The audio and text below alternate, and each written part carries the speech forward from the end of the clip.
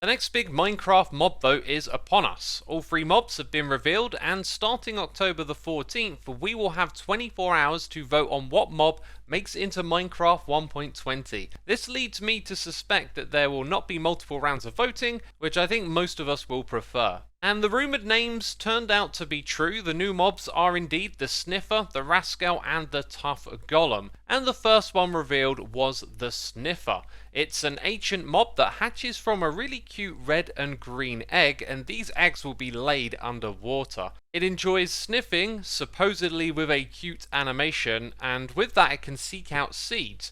You can actually see it pulling some out of the ground in the video. It also loves plants, and if voted for, will come to the game alongside a new plant as well. So this is actually a vote for 2 things right here, a mob and a new plant. Now notice there's actually a question mark shaped plant in the video right here.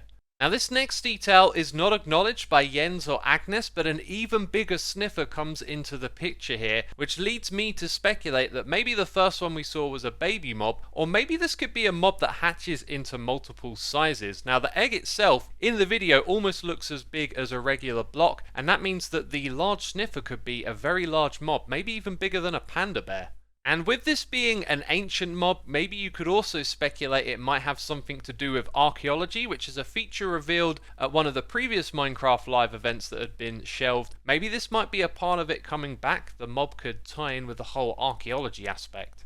Now the second one revealed was the Rascal, hanging out down in a mineshaft, and really there's not a lot to say about this one. It is an underground mob that's supposed to be mischievous and loves to play hide and seek with the player. The Rascal brings Jens an enchanted pick, and then Agnes spells it out that if you find it 3 times in a game of hide and seek, it will then give you a prize. But unless this game of hide and seek is really fun for the player, an enchanted pickaxe is probably not going to be too enticing of a prize. However, if it rivals the loot of going to the end cities, then maybe for players that don't venture out that far, it could be a really nice alternative. Either way, this one felt rather underwhelming, and as a humanoid looking creature with a hood and a backpack, I kind of feel like its aesthetic might not fit into Minecraft too well.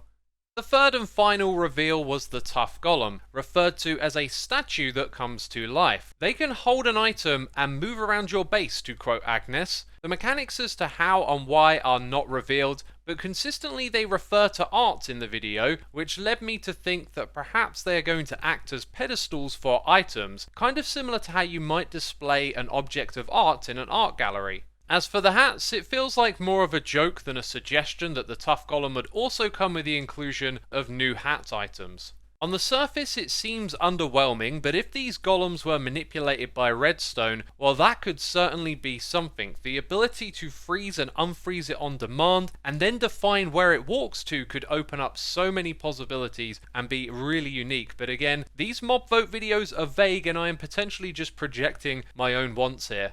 Anyways, it turns out there is more to talk about because there are some secret details that were not included in the videos. These are to be found on the official website, and there's a small detail for each mob.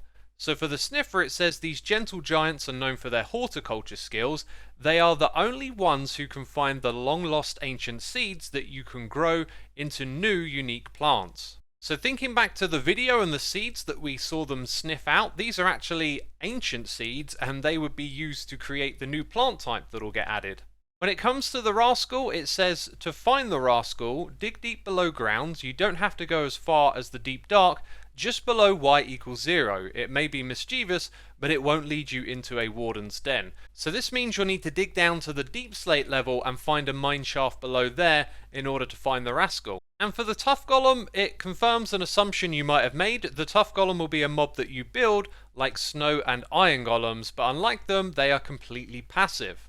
If you include a wall block in its construction, it will wear a matching cloak, such a stylish statue. So yeah, the Tuff Golem will also be capable of wearing a cape. Pretty cool.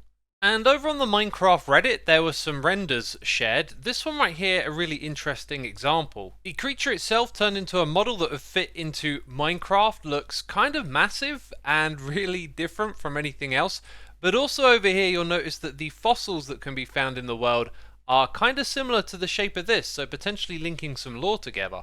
When it comes to the Rascal, I think this is a really great interpretation of what we saw in the video. Maybe the backpack leaves a little to be desired, but overall I think that's a pretty cool rendition. And then for the Tuff Golem, it's a little early for the better submissions to arise, but this one's really cool. I've got a feeling the texturing though would just be done a little different if it were in Minecraft, but it gives you a good idea of what it could feel like in the game. You can find links to all of those Reddit posts down below, and if you're enjoying the video and you want to catch the 1.20 update cycle, then be sure to subscribe so you don't miss my coverage of it. Anyway, check out linktree.xisuma.co if you want to look into other things that I do here on the internet, but that's it from me this video, so thanks for watching, and I'll see you next time. Bye bye.